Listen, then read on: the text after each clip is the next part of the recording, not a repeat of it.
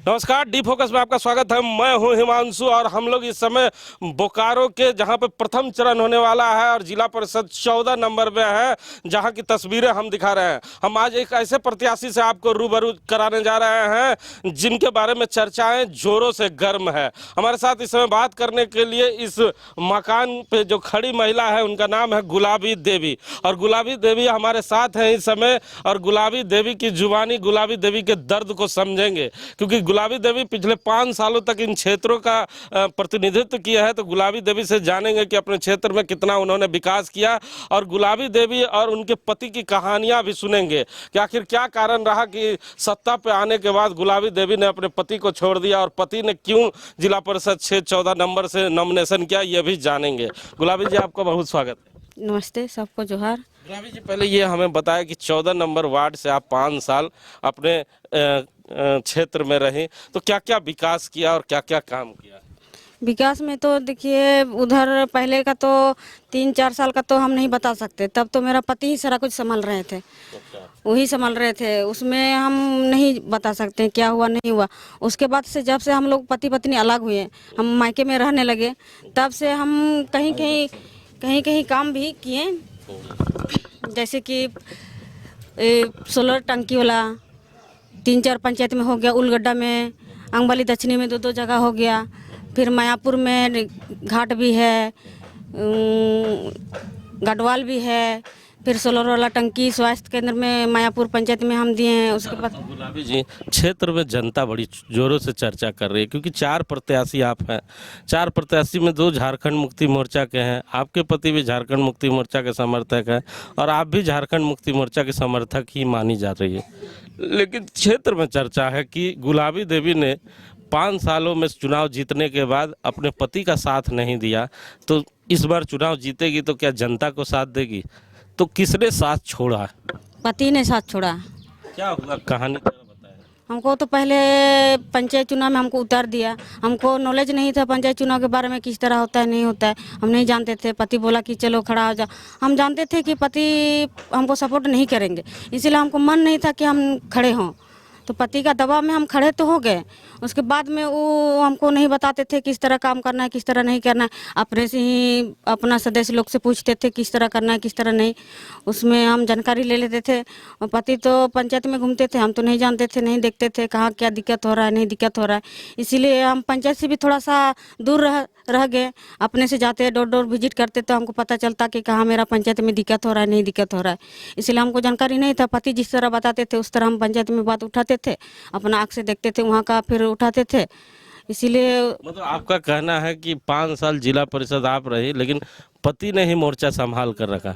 तो अगर विकास नहीं हुआ जिन क्षेत्रों में, उसका जिम्मेवार आपके पति हैं? पति है, मेरा पति ही है। हमको जानकारी रहता तो हम इस तरह विकास हम करते, लेकिन जानकारी नहीं था तो विकास नहीं कर पाए। जहाँ जहाँ हम अलग हो करके हम जानकारी लिए, वहाँ हम विकास किए। अब पंचायत में भी जा कर के पता कर सकते हैं। आप जब क्षेत्रों में जाते होंगे तो लोग कहते होंगे ना कि क्यों पति पत्नी आप लोग दोनों आपस में बैठ जाएं, या क्यों आप लोग दोनों आ रहे हैं क्षेत्र में वोट मांगने के लिए?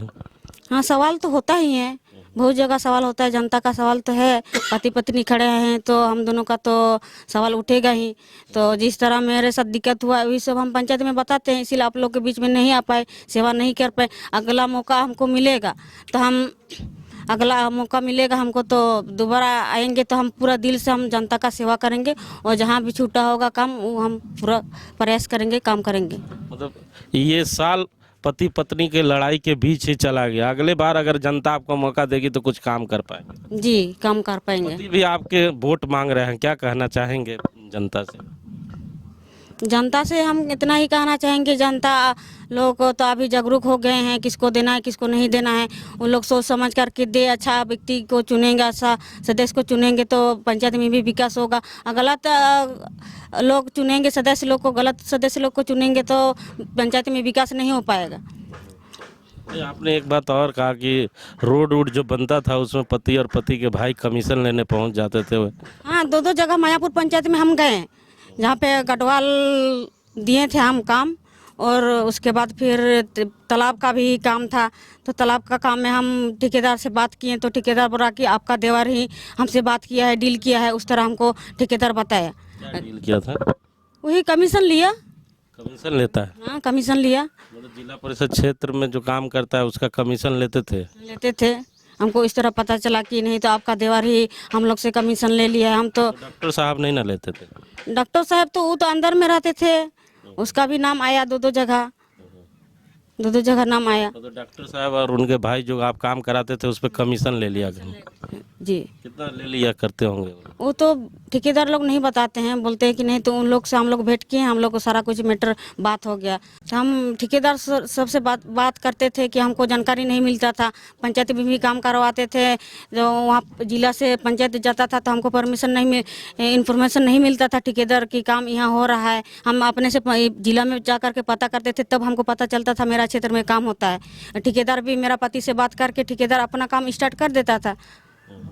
इस तरह होता था, हमको जानकारी नहीं होता था। तब ठेकेदार से हम पूछते थे कि क्यों आप इस तरह क्यों कर रहे हैं आप, हम जिला परिषद है कि मेरा पति जिला परिषद है। तो ठेकेदार लोग भी बोलता था कि नहीं तो वो हम लोग जानते हैं आपका पति ही जिला परिषद है।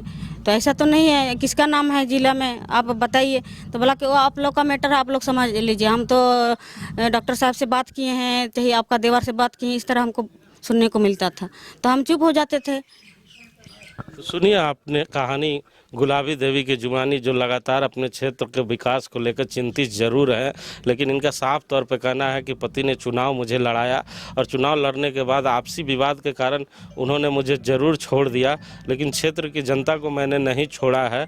मेरे पति और उनके भाई लगातार मेरे क्षेत्र में हो रहे काम विकास कामों में कमीशन खाया करते हैं और ठेकेदार से संपर्क कर कर अच्छा काम होने नहीं देते हैं। गुलाबी देवी ने एक बड़ा खुलासा किया है कि जिला परिषद क्षेत्र में जो काम होता है वहाँ पर जिला परिषद सदस्यों को कमीशन दिया जाता है। गुलाबी देवी ने साफ तौर पे कहा कि ये जितना कमीशन का पैसा आता है वो डॉक्टर रतन और उनके भाई ले लिया करते थे। इसी मुद्दे पे हम डॉक्टर रतन से बात करने का प्रयास जरूर करेंगे और उनका ही पक्ष आपको सुनाने का कोशिश करते हैं। तो ये हम डॉक्टर रतन से बात करने का प्रयास कर रहे हैं और उनको हम लोग टेलीफोन भी लगा चुके हैं। अगर उनसे बात हो पाएगी तो उनकी बातों को भी हम ज़रूर रखना चाहेंगे, क्योंकि ये गंभीर मुद्दा है और गंभीर आरोप है। अगर डॉक्टर साहब फ़ोन उठाते हैं तो